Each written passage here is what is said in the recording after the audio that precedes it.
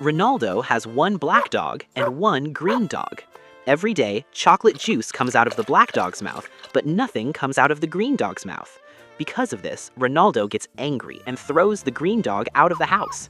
Suddenly, one day, a very big flood comes in the city. The deep houses of the city get washed away by the floodwater, and Ronaldo also gets swept away in the flood. At that time, the green dog comes forward to help Ronaldo. The green dog makes Ronaldo climb onto its back and saves him from the floodwater, bringing him safely home. Ronaldo realizes his mistake and hugs the dog, but because of this great deed, no one gives the dog a like.